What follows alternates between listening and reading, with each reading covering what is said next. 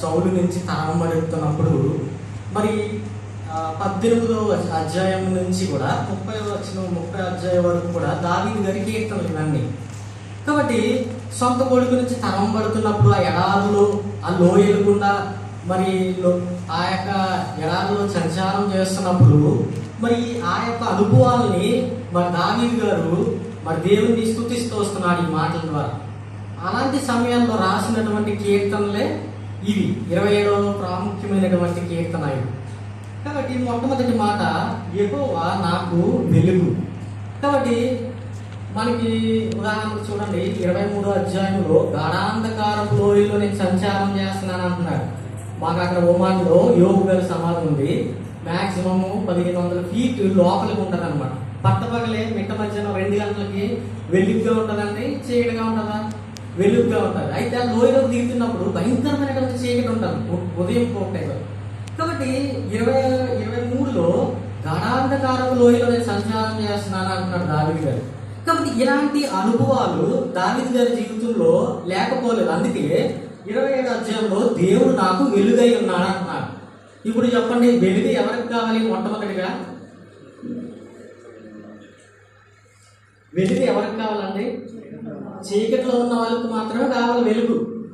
కాబట్టి వెలుగులో ఉదాహరణ చూడండి, మనం భౌతికంగా మనం వెలుగునే ఇష్టపడతాం, చీకటిని ఇష్టపడతాం. ఎందుకంటే చీకటిలో మరి అపాయాలు దెయ్యాలు అనుకుంటాం మనం, నాకు తెలిసి. కాబట్టి వెలుగునే మనం ఇష్టపడుతూ వస్తాం. మరి భౌతికంగా మరి చీకటి లేకపోతే వెలుగుకి విలువ లేదు నా ఉద్దేశంలో. ఆదికాండము మొట్టమొదటి అధ్యాయం 3వ వచనంలో 3వ లైన్లోనే ఉంది చీకటి అనే మాట రాయబడి ఉంది. ఆదికాండము మొట్టమొదటి 2వ లైన్లో చీకటి అగాధ జలముల మీద అని. కాబట్టి వెలుగుని సృష్టించక మునిపే చీకటి ఉంది లోకంలో. కాబట్టి ఈ మాటలు మన జీవితంలో కొద్దిగా క్లుప్తంగా అనువదించుకుని ఆరాధనలో ప్రవేశిస్తాం.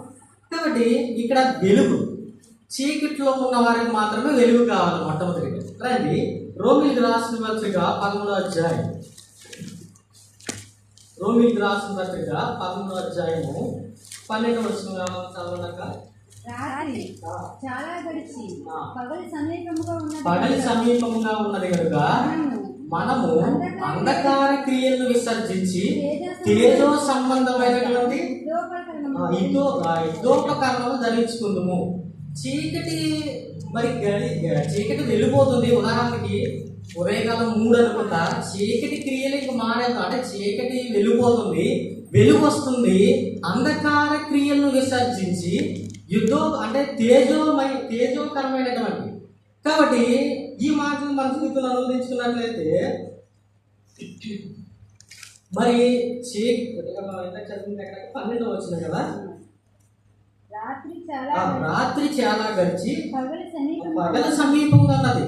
కాబట్టి రాత్రి గడిచిపోయింది, పగలు సమీపం ఉంది, మనకు వెలుగు వస్తుంది.